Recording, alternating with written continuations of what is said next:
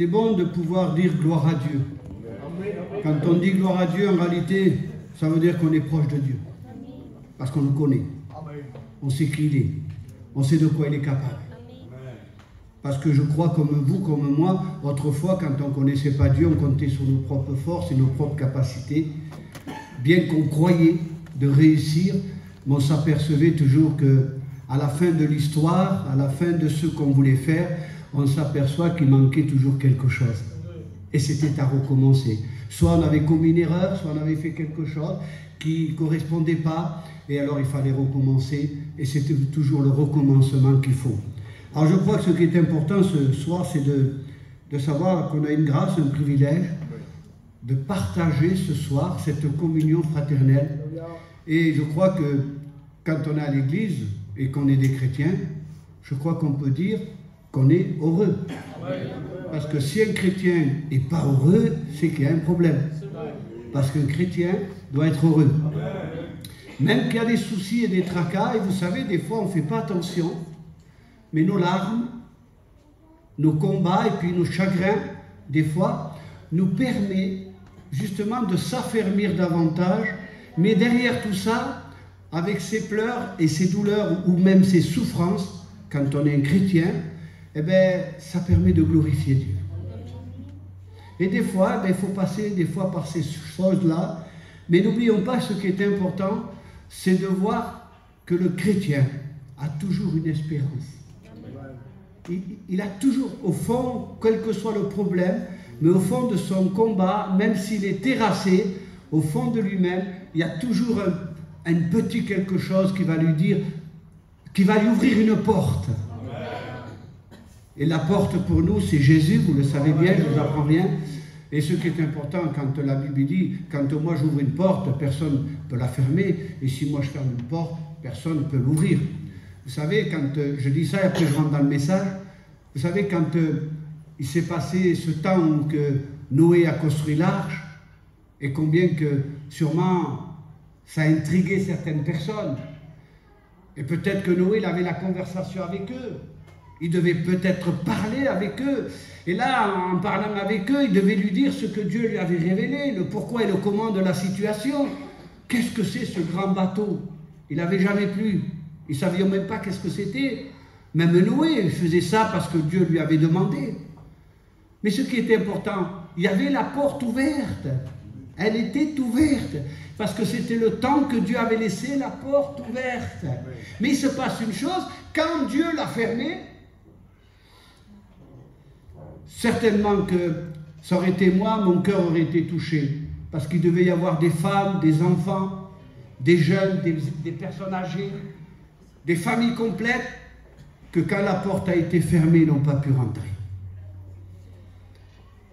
Ils ont péri. Donc je crois ce qui est important de voir que tout dépend de Dieu et de notre relation qu'on a avec lui. Parce qu'une relation avec Dieu, ça peut nous amener qu'à aller de l'avant.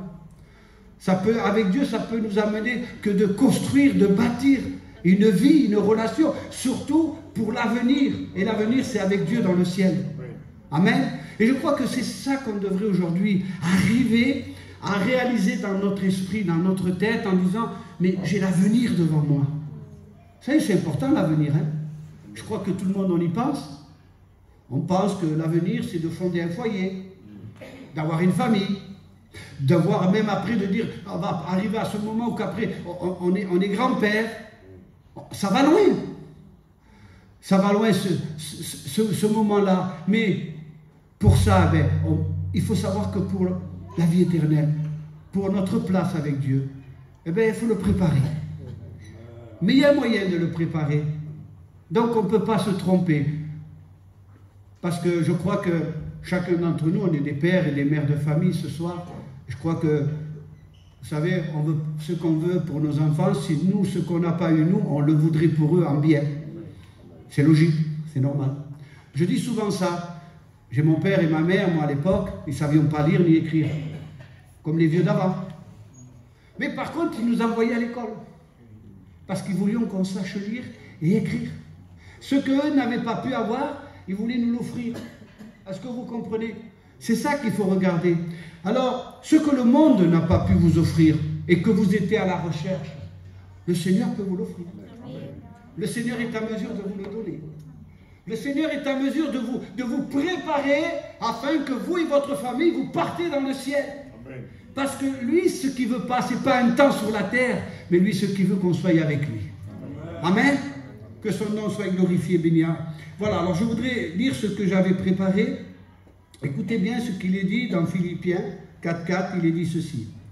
Réjouissez-vous toujours dans le Seigneur.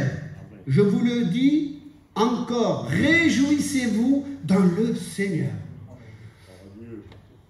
Moi, quand je lis ça, je ne peux pas croire que les chrétiens, ils sont malheureux. Ça ne peut pas exister. Le chrétien, en lui, puisqu'il dit réjouissez-vous, c'est parce qu'il y a de la joie. S'il n'y a pas de joie, on ne peut pas se réjouir. Le monde ne peut pas se réjouir, malgré qu'il essaye. Les gens du monde essayent à se réjouir et ils trouvent des solutions. Je vais vous faire rire. À une époque, avec mes frères, mes beaux-frères, quand on voyageait, alors, bien souvent, parce qu'on essayait à trouver une solution pour s'amuser, pour manger, pour boire, pour faire la fête, on essayait à trouver des solutions. Alors, vous allez rire. Et bizarrement, tous les semaines, il y avait un anniversaire. Mais c'est pas vrai, il n'y en avait pas. On disait que c'était l'anniversaire de nos enfants, de mon petit, de ma femme ou quoi. Et puis allez, on faisait la fête. Voilà, c'était comme ça. On cherchait à se réjouir. Mais avec quoi? Avec les choses du monde. Et le lendemain, on était toujours au même point.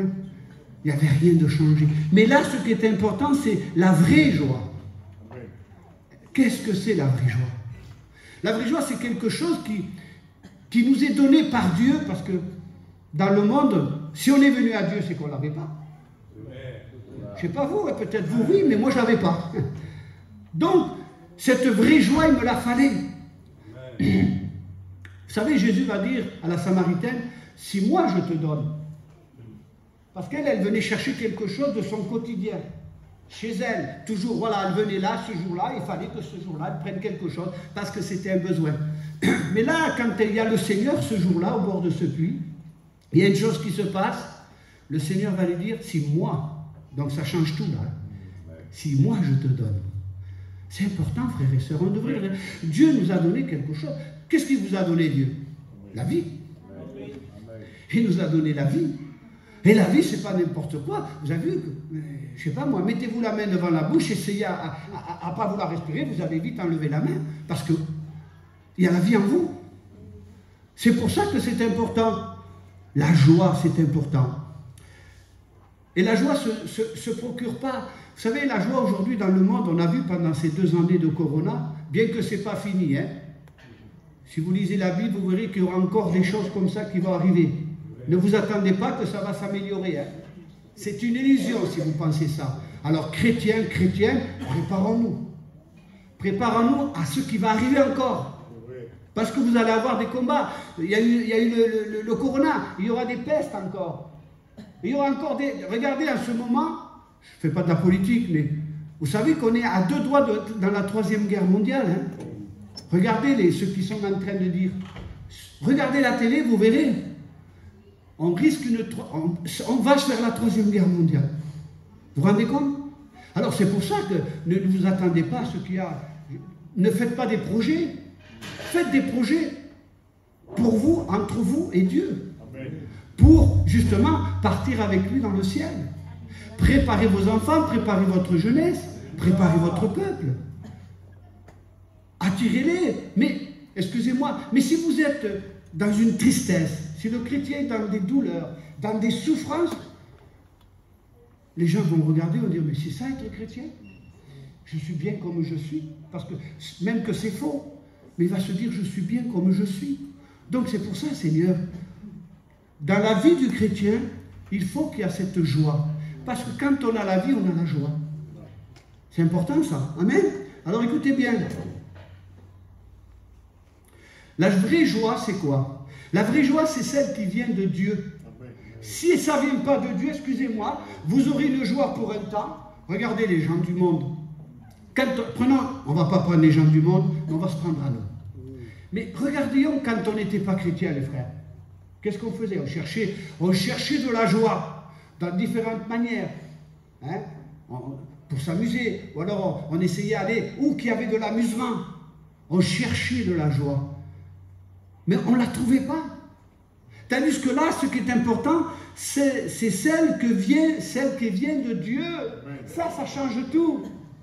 Ça change tout parce que si c'est cette joie qui vient de Dieu, eh bien écoutez-moi, la joie qui vient de Dieu, c'est quelque chose qui est en Dieu et que seul Dieu peut nous donner et qu'on peut procurer, qu'on peut avoir. C'est important ça, frères et sœurs. Amen, que son nom soit glorifié. Et cette joie-là que Dieu donne, c'est une joie profonde. Ce n'est pas une joie superficielle. Ce n'est pas quelque chose un peu. Vous avez vu, il y a des gens, malheureusement, dans le monde, on fait des mariages, les enfants se unissent, on les unit, on fait un mariage, on met tout notre argent pour le mariage, on fait tout. Parce que c'est quelque chose d'honorable, le mariage. Il faut l'honorer, le mariage. Mais ce qui se passe, des fois, au bout de quelques mois, ou de quelques années, ils ne s'aiment plus. Ils ne se veulent plus. Allez, je vais vous faire rire un peu. La fille, elle trouve qu'il a des grandes oreilles. Qu'il a un gros nez. C'est terrible, ça. Il est plus beau comme au début. Mais les frères, les sœurs, ça, c'est le monde, ça. Mais quand on regarde, quand c'est Dieu qui met justement cette joie en nous, et que ces deux chrétiens qui sont unis, il se passe, c'est un mariage qui dure, quand Dieu unit. Et là, ce qui est important, c'est de savoir, c'est qu'une joie, et cette joie-là, elle est profonde. Et quand elle est profonde, ça veut dire que cette joie qui a été mise en nous, elle vient de Dieu. Ce n'est pas vous qui vous procurez cette joie, je suis désolé. Ce n'est pas vous qui la fabriquez, cette joie. Ce n'est pas parce que vous avez fondé un foyer. C'est parce que Jésus est venu en vous. C'est parce que le Christ vit en vous. C'est parce que vous êtes dans les voies de Dieu. C'est pour ces raisons-là qu'on peut regarder que c'est profond. Amen. Regardez, c'est important parce que si c'est profond, ça procure autre chose. C'est intérieur. La joie, elle est intérieure, la joie. Et quand la joie, elle est intérieure, c'est qu'elle est vraie. Donc, après, elle va se manifester. Parce que la joie va se manifester. Vous savez, des fois, on voit la joie de quelqu'un, quand il arrive vers vous, qui ne vous a pas vu longtemps, et qui vous embrasse. Vous sentez qu'il arrive vers vous, la personne. Et puis, il est là, il vous prend dans ses bras, et puis elle vous embrasse. Vous voyez, vous sentez que cette joie qui est intérieure se manifeste. Elle sort. Parce que c'est la joie que le Seigneur a mis en toi. Ce n'est pas la joie du monde. Et je vous le dis, et vous le savez comme moi, quand on ne connaissait pas le Seigneur, à part de se saluer avec les hommes, on se saluait, on se serrait la main. Excusez-moi les sœurs, hein, mais des fois, on n'aurait pas osé, on n'aurait pas, surtout pas, embrasser une sœur. Mais quand on est des chrétiens, après, on a cette joie. On a cette joie, et on est là, on peut embrasser une sœur, on peut embrasser un frère, parce que cette joie, elle est là, elle est profonde, et elle est en nous. Amen. C'est parce qu'on a la vie. S'il n'y aurait pas la vie, il n'y aurait pas ces choses-là. Parce qu'en ayant la vie, ça veut dire que le Seigneur, quand on a la vie, nous procure justement cette joie, et cette joie englobe tout, toute la vie du croyant. Amen. Que son nom soit glorifié. Alors, elle est intérieure. Elle est fondée sur les certitudes de la parole de Dieu. Ce n'est pas n'importe quoi, les frères, ce que je vous dis là. Les sœurs, ce n'est pas n'importe quoi. Ça, c'est en vous. Je crois quand on a ça, et je sais que vous l'avez, mais je peux vous dire qu'une chose. Vous allez dégager un parfum. Vous allez dégager une puissance quand vous allez passer à côté de quelqu'un. Je vais vous raconter une anecdote. Cette anecdote nous dit que c'était un homme qui partait dans tous les pays du monde et il cherchait toujours dans le pays ce qui avait de précieux, parce qu'il le prenait puis l'amenait chez lui. Donc il était toujours à la recherche de quelque chose. Et puis voilà qu'il arrive dans ce pays, et quand il arrive dans ce pays, il se promène. Et d'un seul coup, il voit deux jeunes femmes. Et ces deux jeunes femmes, eh bien, elles étaient en train de faire leur parcours, de leur travail, à leur maison. Alors elles passaient comme ça. Et puis il les remarque, lui. Mais, vu leur tenue, c'était deux jeunes femmes qui montraient, vu leur tenue, qu'ils n'étaient pas riches, qu'ils n'avaient pas beaucoup d'argent, et peut-être même très peu. Alors, il les regarde, mais il y a quelque chose qui l'interpelle. C'est qu'ils sentaient quelque chose, elles avaient sur elles l'odeur d'un parfum d'un très grand prix. Et là, il regarde, parce que c'était un homme commerçant, il était dans le commerce, donc il savait. Et là, il regarde, il dit, c'est pas possible, c'est pas normal que ces personnes, ces deux jeunes femmes, puissent se permettre de se payer ce parfum. Alors, il essaye, ça l'intrigue, il essaye à comprendre. Et puis, un matin, il va se mettre sur ce chemin, et puis il va les interpeller. Et là, il va poser la question à ces deux jeunes femmes. Mais il va dire, mais qu'est-ce que c'est ce parfum? Où avez-vous pris ce parfum? Où vous l'avez acheté, ce parfum? Comment ça se fait que vous avez ce parfum? Alors les jeunes filles vont lui dire, on n'a pas ce parfum. On n'a pas acheté ce parfum. On ne peut pas se le payer. Mais comment ça se fait que vous l'avez? Ben monsieur, on travaille là dans la parfumerie à côté. Ce qui veut dire, mes amis, qu'elles ne pouvaient pas se le payer, mais le fait qu'elles étaient dans la parfumerie, qu'ils travaillaient là, le parfum était imprégné sur eux. Donc quand tu es un chrétien, automatiquement la joie, elle est en toi, elle est imprégnée en toi. Et ça se démontre, et ça se voit. Donc tu vas interpeller ceux qui ne l'ont pas, la joie. Et le monde ne l'a pas, mais toi tu l'as. Et c'est ça qui est important, de pouvoir la démontrer, cette joie. Il ne faut pas faire du semblant, mais un chrétien est naturel. Il vit sa vie chrétienne naturellement, et la joie est en lui. Et la joie procure beaucoup d'autres choses derrière ça. Amen. Que son nom soit glorifié et béni. Écoutez bien. La joie dépend, vous savez de quoi? Des circonstances de la vie. Mais pourquoi je dis ça? Parce que les circonstances de la vie ne sont pas toujours heureux. Parce que quand on regarde des fois, ben oui, les chrétiens des fois passent par des problèmes, des difficultés. Hein? Mais regardez ce qui se passe. C'est ce qui est important. Quand vous prenez Marthe et Marie, Jésus venait chez eux, dans leur maison. Marthe s'occupait de lui. Je pense qu'elle devait lui faire les meilleurs repas qu'elle pouvait faire. Surtout comme chez nous. Hein. Je sais que les sœurs, quand il y a un invité, elles font tout pour justement que l'invité ne puisse pas se plaindre. Hein. Elles veulent honorer. Et là, qu'est-ce qui se passe? Marthe était là et puis Marie était là, l'une comme l'autre. Aimer Dieu, aimer Jésus. Et là, qu'est-ce qui se passe? Jésus venait dans cette maison. Et il faut reconnaître qu'il devait y avoir une joie dans cette maison. Quelle joie qu'il devait avoir dans cette maison. Mais voilà qu'à un moment donné, il va se passer une chose. Leur frère meurt. Et qu'est-ce qui se passe? Il ne meurt pas, il est encore malade. Et puis, on va chercher Jésus. On l'envoie chercher. Et là, Jésus est là tout d'un coup, on lui dit, ton ami. On l'interpelle parce que c'était quand même Jésus l'ami de cette maison. Ton ami Lazare.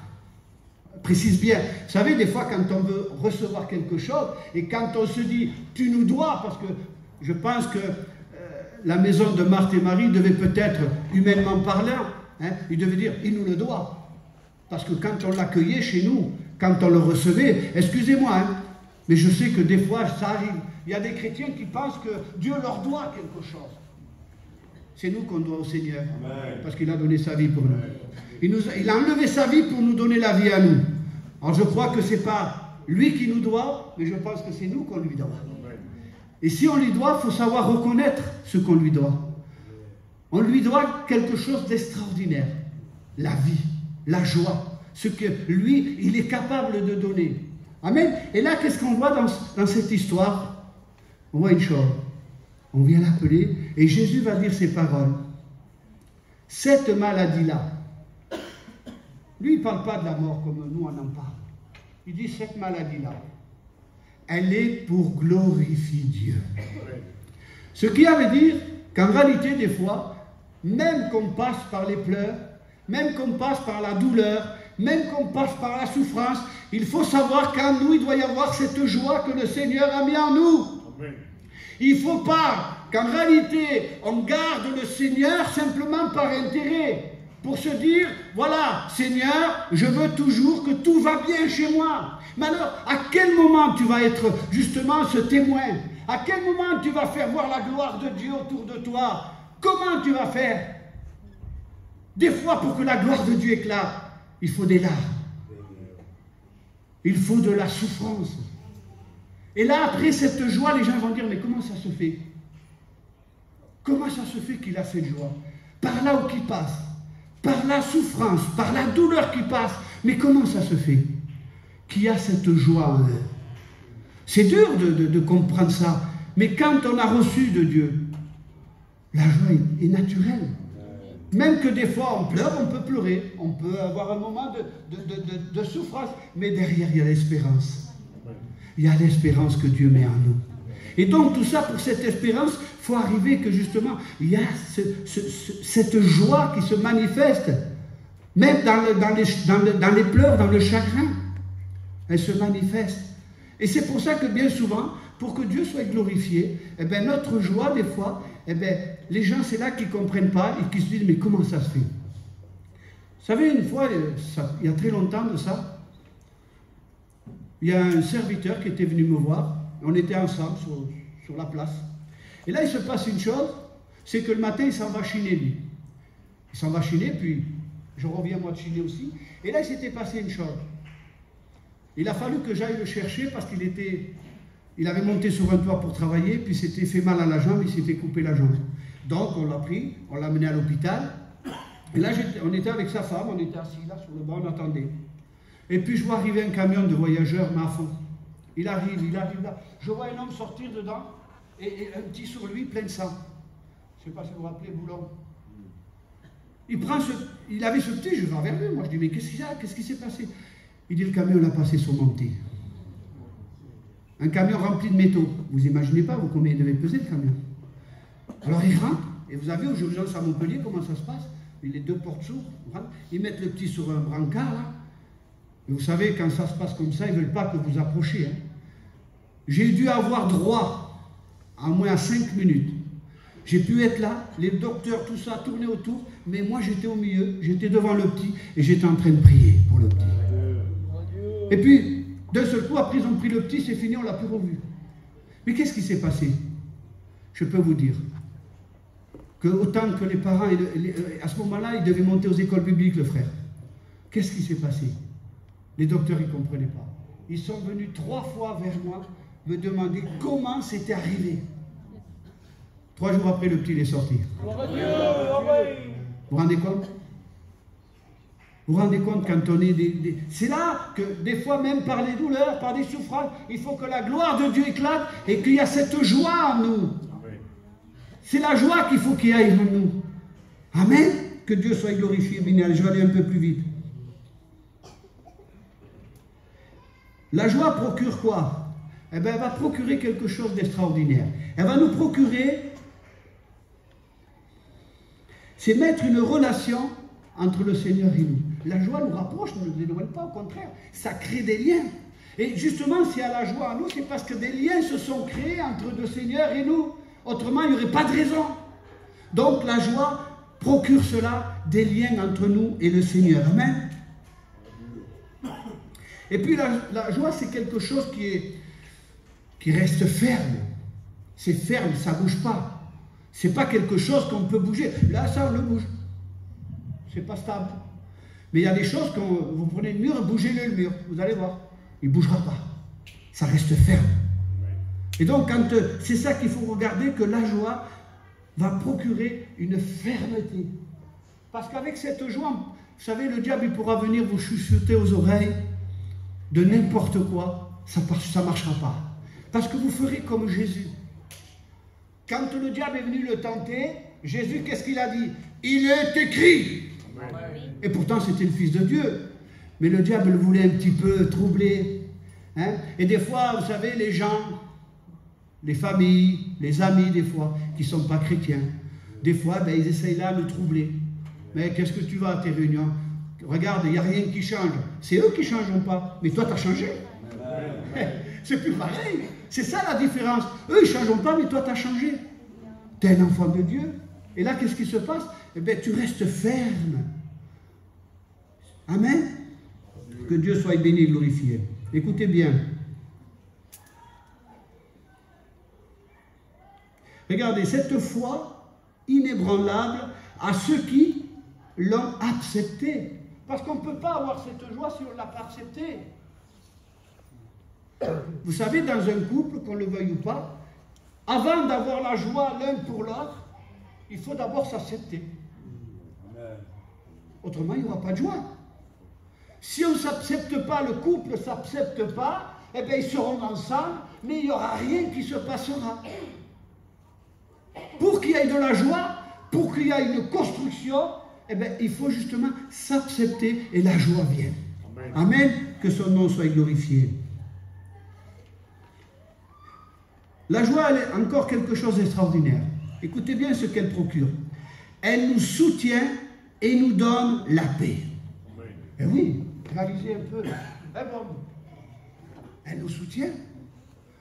Elle nous donne la paix. Je dis ça et sans vouloir vanter qui que ce soit et sans vouloir vanter. Mais je vais vous dire une chose.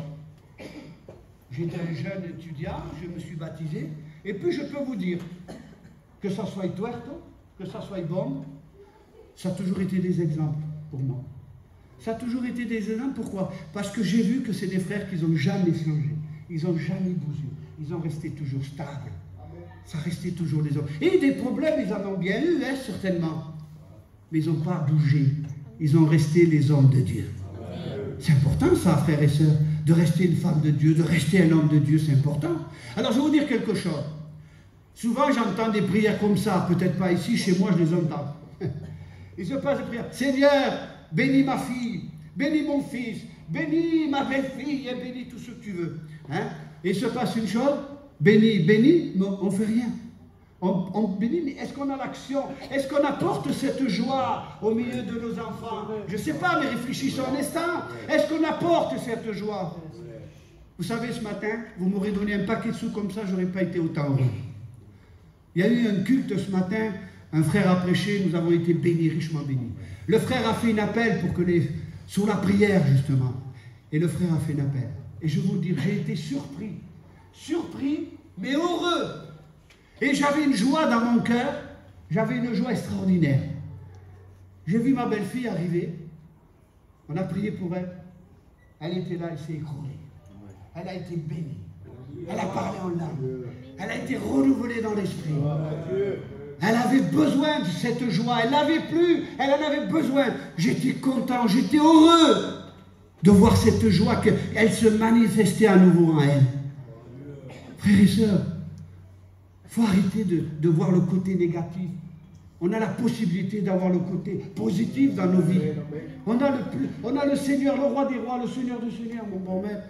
Qui vous voulez d'autre? On n'a pas besoin de quelqu'un d'autre. On a Jésus, amen. Que son nom soit glorifié, béni. Écoutez bien. C'est important, et je crois qu'on ne peut pas le dire autrement. La joie de l'Éternel est ta force. C'est vrai ou pas? Parce que la joie de l'Éternel, c'est pas n'importe quoi, puisqu'il est en mesure de nous la procurer. Et il nous procure encore bien plus que ça, puisqu'il nous a déjà donné la vie, il nous a rachetés, nous avons le droit à être dans le ciel. Seigneur, c'est quelque chose d'important. Amen. Encore un peu, puis j'arrête, hein? D'accord?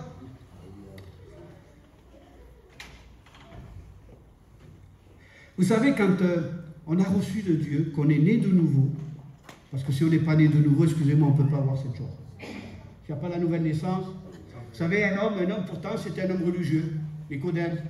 Il connaissait les Écritures, il connaissait la loi, mais il faut se dire que quand il a écouté Jésus parler, ça a tout changé. C'est comme nous, hein? On avait des coutumes, on avait des façons de faire, on avait des façons de prier Dieu, on avait des façons. Mais ce n'était pas ça. C'était un peu ce côté religieux qu'on menait. Parce que nos parents le faisaient et nous on l'a fait. Mais quand on a rencontré le Seigneur, qu'on a entendu l'évangile, quelque chose s'est passé en nous. Et là on a vu Quand on est venu dans une église ou qu'on a écouté des pasteurs prêcher, là il s'est passé quelque chose, on s'est dit ça y est, maintenant je sais ce que j'avais besoin. Je sais ce que j'ai trouvé. La joie, elle est ici, dans cette église. La joie est parmi ses sœurs, parmi ses frères. Voilà ce que je cherchais. Et des fois, c'est ce qu'on cherche. Et on ne sait pas où le trouver. Que c'est si simple. Que c'est si simple. Et là, Nicodème, il a entendu parler de Jésus. Il a entendu la voix de Jésus. C'est important. Et c'est pour ça qu'on est là ce soir, frères et sœurs. Parce qu'on ne serait pas là. Il n'y aurait pas aucune raison. Hein? Mais là, qu'est-ce qui se passe? Nicodème, il vient vers Jésus. Et là, il parle avec Jésus. Comme ça vous est arrivé à vous et à moi. On a parlé avec Jésus. Et il a dit à Nicodème, Nicodème, tu ne sais pas, toi qui es un docteur de la loi, toi qui connais les Écritures, toi qui es dans le temple, toi qui enseignes les autres, parce que chez nous, on a des vieux hommes qui sont capables de nous enseigner. Mais excusez-moi, mais certains n'ont pas pu nous enseigner. Je veux me prendre à moi. Mon père, c'était toute ma vie comme vous, les garçons. Hein?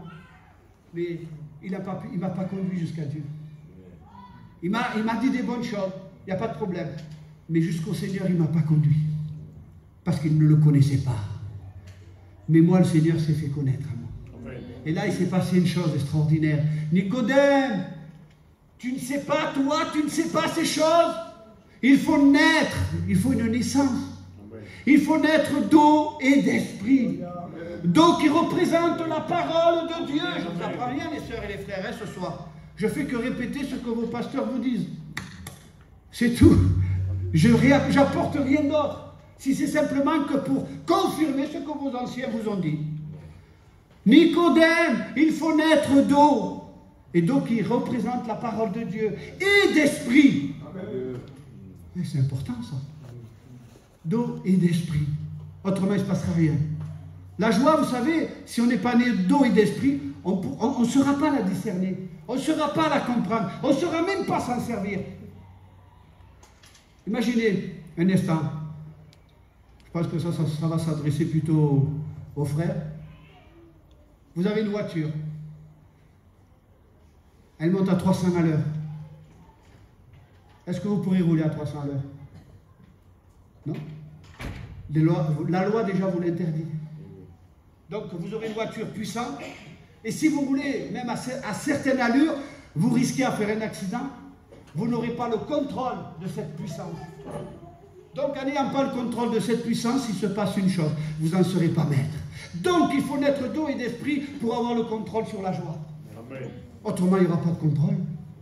Parce que la joie, vous savez, elle peut nous apporter des avantages, mais aussi elle peut nous manifester d'autres choses qui ne seront pas avantageuses pour nous, mais qui seront avantageuses pour d'autres personnes.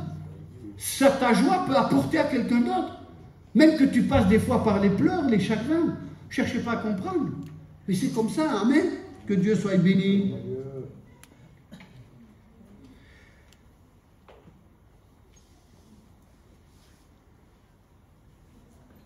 Regardez, ça vous le trouvez dans le livre de Jean 16, 22, si je ne me trompe pas. Il dit ceci. Selon les paroles de Jésus, personne ne vous ôtera votre joie. Personne. C'est beau ça. Donc ça veut dire que quelqu'un ne peut pas vous le voler. Et le diable, il peut me la voler? Non. Non, parce que si personne ne peut vous l'enlever, mais toi, tu peux te l'enlever. Si toi, tu commences à faire comme Pierre. Pierre, Jésus arrive sur les eaux, ils sont dans la barque, et puis il dit à Jésus, ordonne que je vienne jusqu'à toi. Pas de problème. Jésus lui dit, viens. Tu veux venir jusqu'à moi? Viens. C'est ce qui s'est passé un jour. On a voulu venir à lui. Et qu'est-ce qu'il a fait? Ben venez. Venez. Et là, il a marché sur les eaux, vous vous rendez compte? Quand vous êtes venu à Jésus, rappelez-vous, repartons un petit peu à l'arrière, dans le passé, dans la rencontre avec le Christ, dans la nouvelle naissance, dans la repentance, dans notre conversion. Rappelons-nous un peu de tout ça. Qu'est-ce qui s'est passé? Ben, on marchait sur les eaux. Hein. On a dit, Seigneur, je veux venir jusqu'à toi. J'abandonne tout, Seigneur. J'abandonne tout, je suis prêt à abandonner tout. Mon travail, mon commerce, tout. Je suis capable de vivre avec très peu. Des fois, ça a duré qu'un temps, ça. de vivre avec très peu. Hein, on veut toujours quand même avoir un peu de sous de côté. Hein? Mais ce qui est important, Pierre a marché sur les eaux. Comme toi, tu as marché sur les problèmes. Reprends le début de ta conversion. Ah, aujourd'hui, tu as marché sur les problèmes. Tu as cette joie que les gens t'envient, les gens du monde t'envient, que tu as cette joie. Ils aimeraient même, il y en a qui aimeraient la payer, cette joie. Et pourtant, ils ont les moyens de payer quelque chose, mais ils ne peuvent pas se payer la joie. Et toi, tu l'as gratuitement, cette joie. Quelle grâce, quelle beauté. Pierre, il se lève, il va. Jésus lui dit, viens. Viens, moi je suis capable de te faire marcher sur les eaux. Si tu as la foi, si tu crois, tu vas marcher sur les eaux. Il n'y a pas de problème. Il vient, il marche sur les eaux. Mais le problème qu'il y a eu, Pierre a manqué un petit peu de foi. Et le fait de manquer un peu de foi, on peut manquer un peu de joie, d'espérance. Et là, qu'est-ce qui s'est passé? Il a regardé à droite, il a regardé à gauche. Et que c'est dangereux, mes frères, mes sœurs. Que c'est dangereux. Et vous savez où c'est le plus dangereux? C'est dans nos familles. Excusez-moi. C'est dans nos familles.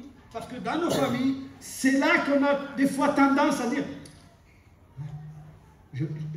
c'est ma famille. Je veux pas non plus toujours leur dire non. Mais Seigneur, c'est là le danger. Tu as la joie. Tu peux marcher sur les eaux, tu peux marcher sur les problèmes.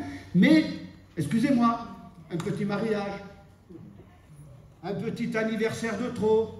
Excusez-moi les frères, je vous demande pardon. Un petit verre de trop. Ah, t'as vu, c'est ma famille. Et puis viennent, hein, c'est malheureux, mais ils ont le mot. Ben, c'est pas pour un verre que tu vas quand même être un chrétien. Pas... Méfiez-vous de ça. Le lendemain, ils diront, maman, qu'est-ce qu'il a bu? C'est pas arrivé ça? C'est arrivé, frères et sœurs. C'est arrivé ces choses. Alors c'est pour ça qu'il faut faire attention. Il n'est pas interdit d'aller quelque part. Mais il faut faire attention. Parce que, excusez-moi, lendemain, quand vous parlerez de Jésus, quand vous voudrez manifester cette joie, ah, je dirais, laisse-moi tranquille. Hein. Hier, tu étais sous. Hein? La femme, là, elle s'est disputée avec sa belle-fille. Elle a voulu taper sa belle-fille. Je vous dis ça parce qu'il faut rentrer dans la réalité. Excusez-moi, même que vous m'en voulez, que vous ne voudrez plus que je vienne, vous direz à Tuerto, il ne m'appellera plus. Mais les sœurs, nous devons aimer nos belles-filles. Nous devons aimer nos gens. Vous savez, on est en train de passer un mauvais moment. J'ai un de mes petits cousins, au bout de 18 ans, sa femme, elle est partie. 18 ans de mariage. Il est tout seul, dans son terrain. Il est là, il tourne en rond. Vous vous rendez compte? Il n'y a plus de joie. Mais il y a une chose, c'est qu'il veut venir aux réunions. Et encore, il m'a dit, aujourd'hui, il est venu à la réunion. Il m'a dit, mardi, est-ce que je pourrais venir avec toi? Mais je lui ai dit, il n'y a pas de problème. Donc, la joie commence à venir dans son cœur. La joie vient dans son cœur. Et pour avoir cette joie, c'est certain, nous pouvons rencontrer des difficultés, des luttes et des combats. Mais n'oublions pas que nous avons le roi des rois, le Seigneur des seigneurs, celui qui a vaincu sur la croix, celui qui a été vainqueur, amen, que son nom soit glorifié. Écoutez-moi, selon les paroles de Jésus, c'est important, et c'est important de le savoir, je ne vous ôte pas, Jésus dit, personne, et c'est ça qui est important, c'est quand Jésus parle, il dit, personne pourra vous ôter cette joie. Vous l'avez, personne ne peut vous l'enlever. Donc si elle s'en va, il ne faut pas chercher à droite ou à gauche. Il faut dire, eh ben, c'est moi. Amen. C'est comme ça, hein. Allez, je continue un petit peu, après j'arrête. Quelle heure il est? Ah oui, il faut que j'arrête. Hein. Allez, je vais arrêter, vous laisser le temps de la prière. Écoutez-moi bien. Je veux faire que lire. Hein. La lecture de la parole, c'est important. Porte la joie. Lire la Bible. Lisez un livre ordinaire. Mais lisez la Bible, vous allez voir que ce n'est pas la même chose. La Bible parle. La Bible nous parle de Jésus. Jésus parle du Père. Le Père parle du Fils. Seigneur. Il y a des témoignages, des hommes qui ont rencontré Dieu, qui rendent témoignages. Quelle joie. Faire la lecture de la Bible, ça apporte la joie. Regardez, la joie donnée par Dieu, c'est quoi? C'est savoir, sentir et communiquer. Savoir, sentir et communiquer. C'est ça la joie. Amen. Que son nom soit glorifié, béni. Regardez, qu'est-ce qu'elle procure, qu'est-ce qu'elle fait faire la joie? C'est important, écoutez bien. Faire le bien et éviter le mal. Et oui, quand on a de la joie dans notre cœur, on ne va pas, si on a la joie, quand on a la joie, ça veut dire qu'on a l'amour aussi. Hein, ça va avec. Il y a l'amour. Et là, qu'est-ce qu'on fait? Quand on a la joie, on n'a pas envie de toucher au mal. Ça ne nous intéresse pas. Parce qu'on sait très bien que ce qui est mal, c'est pas bien. Et si on fait le mal, on va savoir qu'on va s'attrister, on va être malheureux. Donc, qu'est-ce qui se passe? Seigneur, je ne touche pas au mal. Je ne touche pas à ceux qui pourraient enlever ma joie. Parce que je ne veux pas que ma joie s'en aille. Je veux que ma joie y reste. Amen, c'est important. Hein? Alors, écoutez-moi bien. Et je vais terminer par ça. Écoutez bien, quand nous vivrons en communion avec lui, écoutez-moi bien, il y a quelque chose qui se passe. Et je vous l'ai dit, vous le savez de toute façon, hein, il y a les fruits de l'esprit. Et c'est normal que je finis avec ça, il y a les fruits de l'esprit. Et c'est quoi les fruits de l'esprit? Écoutez bien, c'est simple. Et l'amour. Hein? La joie va porter, et ça, c'est après, c'est des cadeaux. C'est des cadeaux que l'esprit nous offre, nous donne, nous tend. Et là, alors il y a, écoutez-moi bien, c'est important, il y a l'amour, la joie. Vous voyez, la joie, elle revient dans Galates 25, 22. Hein? Il y a la joie, la paix, la patience, la bonté, la fidélité, amen, la douceur, et important, la maîtrise de soi. Un chrétien, il a la maîtrise de lui. Amen. Vous n'êtes pas d'accord avec moi, c'est pas vrai? On est d'accord, hein? On a la maîtrise de nous, parce que les gens ils disent, mais c'est pas normal. Comment ils sont ces chrétiens? Regarde le calme qu'ils ont à eux. Regarde, ils ont toujours un mot qui fait du bien. Regarde, ils sont toujours là. Et on lui a fait du mal, mais il est toujours revenu nous parler. Amen. Alors, perdons pas cette joie. Elle vous a été donnée. Elle m'a été donnée. Gardons-la. Et la joie, on va voir qu'à travers la joie, on aura encore bien d'autres choses que le Seigneur nous offre et que le Seigneur nous donne. Amen. On baisse nos têtes, on prie le Seigneur. Que Dieu soit béni, glorifié.